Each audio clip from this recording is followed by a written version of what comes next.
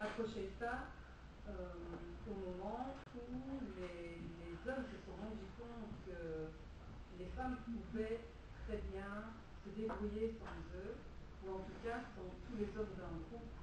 Quand on dit que c'est un homme pour intégré un village, mais ça peut se dire dans le sens, ça veut dire eh ben, on peut rejeter tous les hommes puisqu'ils n'en font qu'un, voire on peut tuer tous les hommes puisqu'ils n'en font qu'un.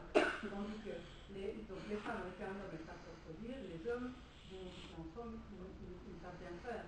Donc c'est au moment où il y a eu ces obligations pour les hommes de faire des alliances, pouvoir avoir un ventre de femme, que le seul moyen était justement de soumettre ces femmes, c'est-à-dire les obliger et convaincre les femmes qu'elles ne pouvaient vivre qu'elles ne pouvaient être en sécurité qu'en passant par le biais et la présence d'un homme, ce qui leur permettait justement de ne pas être exposées, de ne pas devoir faire des longs trajets, de ne pas se défendre contre des animaux, etc., puisque les hommes l'auraient fait. Donc quelque part c'est une contrepartie.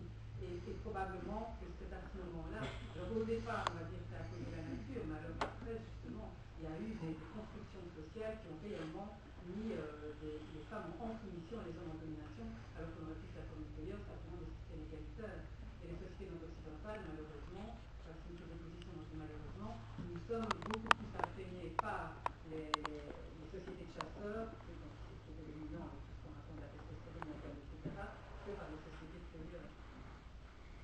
Je voudrais rebondir sur ce que vous venez de dire, parce que je voudrais savoir si vous estimez qu'aussi le rôle de la mâle-peur au départ.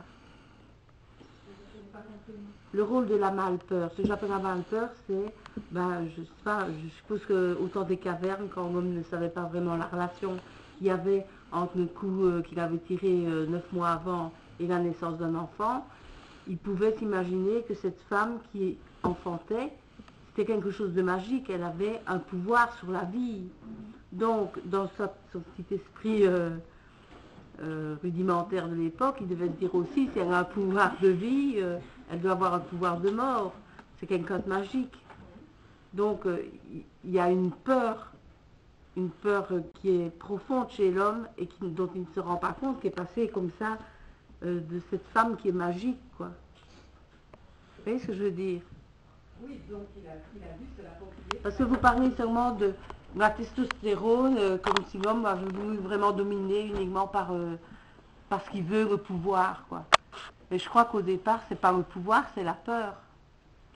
Je veux dire, on veut le pouvoir pour combattre la peur. La seule chose que je veux dire, c'est que l'alliance est obligatoire. Et qu'à partir du moment où l'alliance a été obligatoire pour pouvoir avoir une femme, pour avoir une descendance, en fait, ce n'est même pas la femme qui l'intéresse, c'est la descendance. Les femmes savent être éternelles, n'oubliez pas, jusqu'à 16 ans, parce que vous avez entendu, ça passe très vite. Une fête éternelle, en passant par le ventre d'une femme. Mais la femme, s'il ne se l'approprie pas, s'il ne se la lie pas, il ne sait pas revendiquer sa descendance, il ne sait pas revendiquer l'enfant. D'où c'est la création de l'alliance et du mariage. Ce n'est même pas une question de domination à ce moment-là. C'est après, certaines structurations se sont faites dans la domination. Mais il y en a d'autres comme les cueilleurs, ils n'ont pas fait la domination du tout. Chez les cueilleurs, c'était beaucoup plus égalitaire.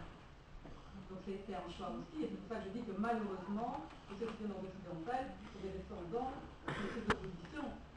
J'aurais dit plus pire les descendants des cueilleurs, mais c'est évident qu'on ne veut pas. Il y avait encore 2-3 autres questions, juste avant de repasser. Sur cette question-là, pour les gens que ça intéresse, il y a une lecture qui peut être, je vais peut-être me faire discuter, je ne sais pas. Il y a une très bonne lecture sur le sujet de l'apparition des inégalités hommes-femmes, qui est un livre paru récemment de Christophe Darmanjat, qui s'appelle Le communisme primitif n'est plus ce qu'il était, qui est un livre très particulièrement intéressant, y compris parce qu'il démonte toutes les idéologies justement sur ces sujets-là. Il propose aussi un programme sur la lutte pour faire disparaître les inégalités hommes-femmes. Donc c'est un livre qui est particulièrement intéressant, je pense, et qui ouvre pas mal de discussions voilà, pour les gens. Alors c'est Le communisme primitif n'est plus ce qu'il était. Et c'est Christophe Darmanjat qui était communiste.